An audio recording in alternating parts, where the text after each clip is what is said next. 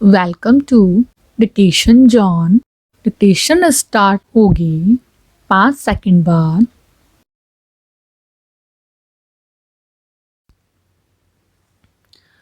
प्रजातंत्र के गले पर चिंतन कर रहा हूँ।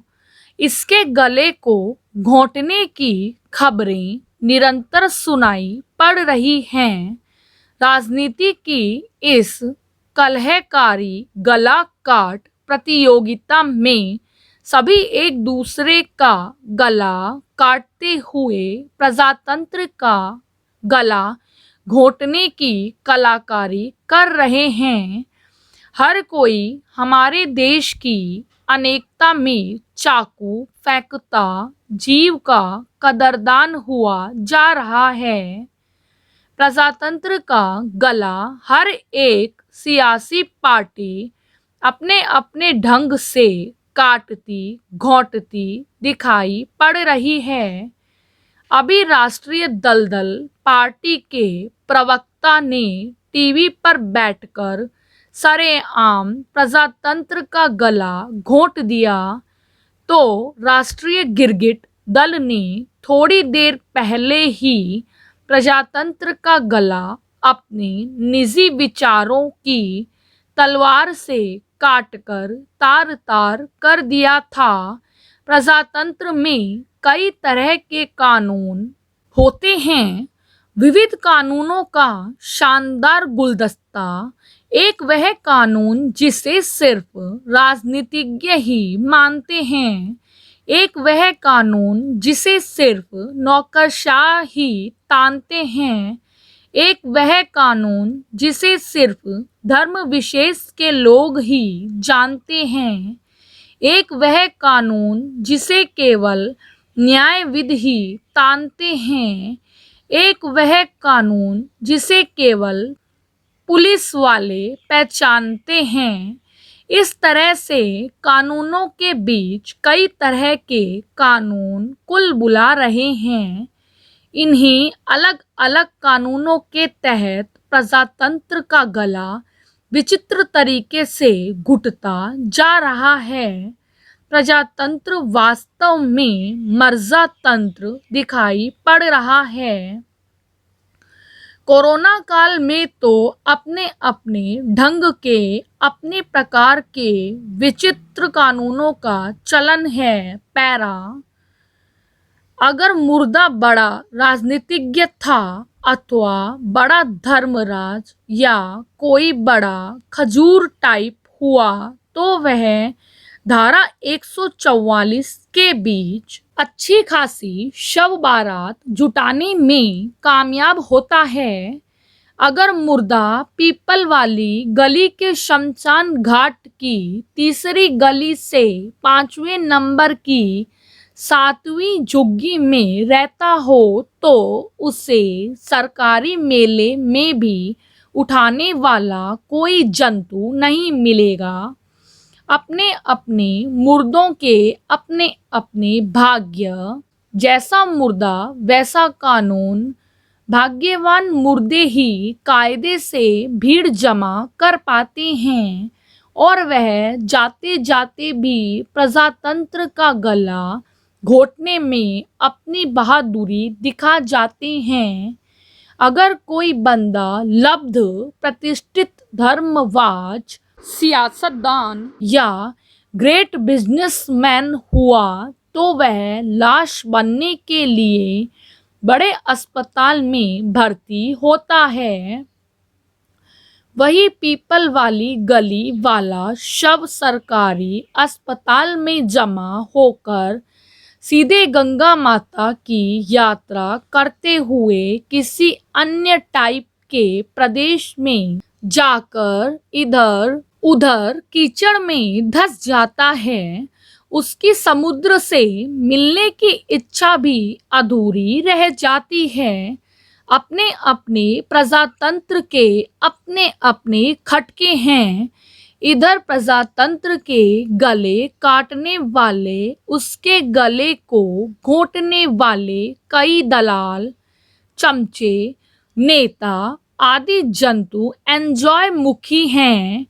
कभी पक्ष तो कभी विपक्ष, कभी संसद तो कभी सड़क, कभी नेता तो कभी चमचा, कभी अफसर तो कभी चपरासी, कभी कुम्हारिया तो कभी दिल्ली, कभी रामलाल तो कभी रहीम बख्श, कभी कचौरी तो कभी दही बड़ा।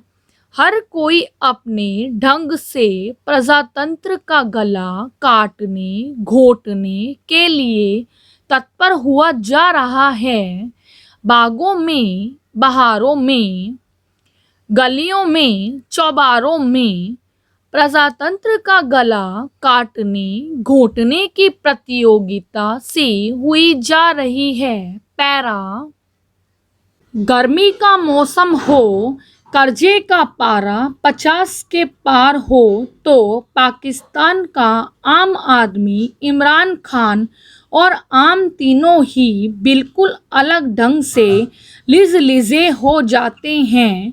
लिजे पिलपिले और बेहाल इमरान खान ने पहले पाकिस्तान की सेहत सुधारने के लिए गधे बेचे, फिर कुत्तों की बारी आई और मुर्गियों की भी।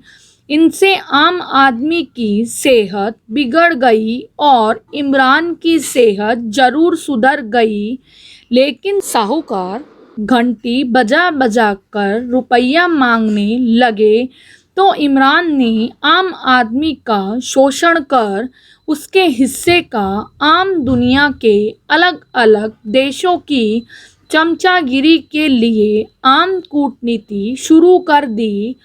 पाकिस्तानी आम ठेले पर पड़ा बिल बिलाता है और आम आदमी किसी झोंपड़े में कराहता है।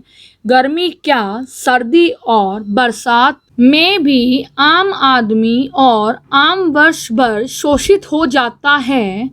कर्जे में डूबे इमरान खान ने अफगानिस्तान, बांग्लादेश, रूस, चीन, श्रीलंका आदि को मैंगो डिप्लोमेसी के तहत मैंगो भेजे, लेकिन वह मैंगो हो गए।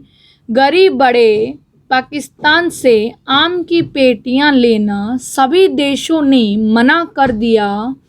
ऐसी अवस्था में पाकिस्तानी आम और आम आदमी दोनों को ही निचोड़ना शोषण बड़ा ही चक्कर गिन्नी साबित हुआ है। आम आदमी को खास आदमी शोषित करता रहा है। पाकिस्तान में आम आदमी के शोषण की इमरानी कलाकारी जगजाहिर है। इमरान अपने नेताओं को ज्ञान बांट रहा है। एक आम आदमी ले लीजिए और उसको आहिस्ता से धीरे धीरे चारों ओर गोल गोल घुमाते हुए उसे दबाते रहिए। उसे कसकर पकड़ लें, वादों व जुमलों की उंगलियों से सहलाएं, आश्वासनों के बवंडर में लगातार घुमाते चले जाएं। ऐसा करने से आम आदमी एक खास ढंग से लिजा हो जाएगा।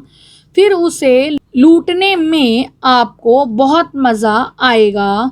ध्यान रहे कि अगर आम आदमी को किसी एक की तरफ से दबा दिया तो वह कहीं से भी फटकर फूट सकता है, बैठे बिठाए विद्रोह कर सकता है।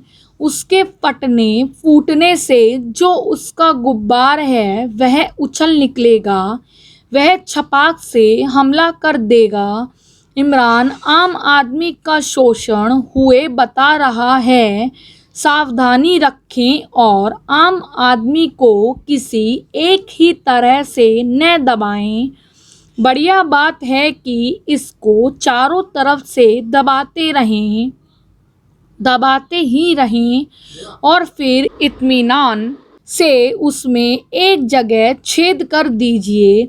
इस छेद में से वह रिश्ता रहेगा, पिसता रहेगा, सिसकता रहेगा। चाहे तो इसे किसी भी देश को बेच दीजिए, बल्कि अपना स्वयं का देश भी बेच डालिए।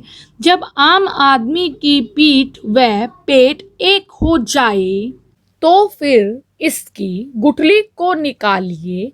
इसे मैंगो डिप्लोमेसी के तहत किसी भी देश की छत पर उछाल दीजिए।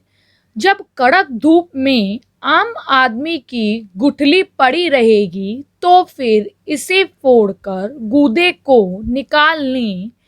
इसे भावनाओं की धीमी आंच पर स्वार्थ की कढ़ाई में पका लीजिए। इसमें जरा सी मीठी रसीली बातों की चीनी मिला दीजिए। फिर आराम से इसे किसी चमचे की मदद से खाइए। आसपास इतने ढेर सारे चमचे हैं, इन्हें काम में लीजिए। फिर मजे से इस चूर्ण को फांकते रहिए।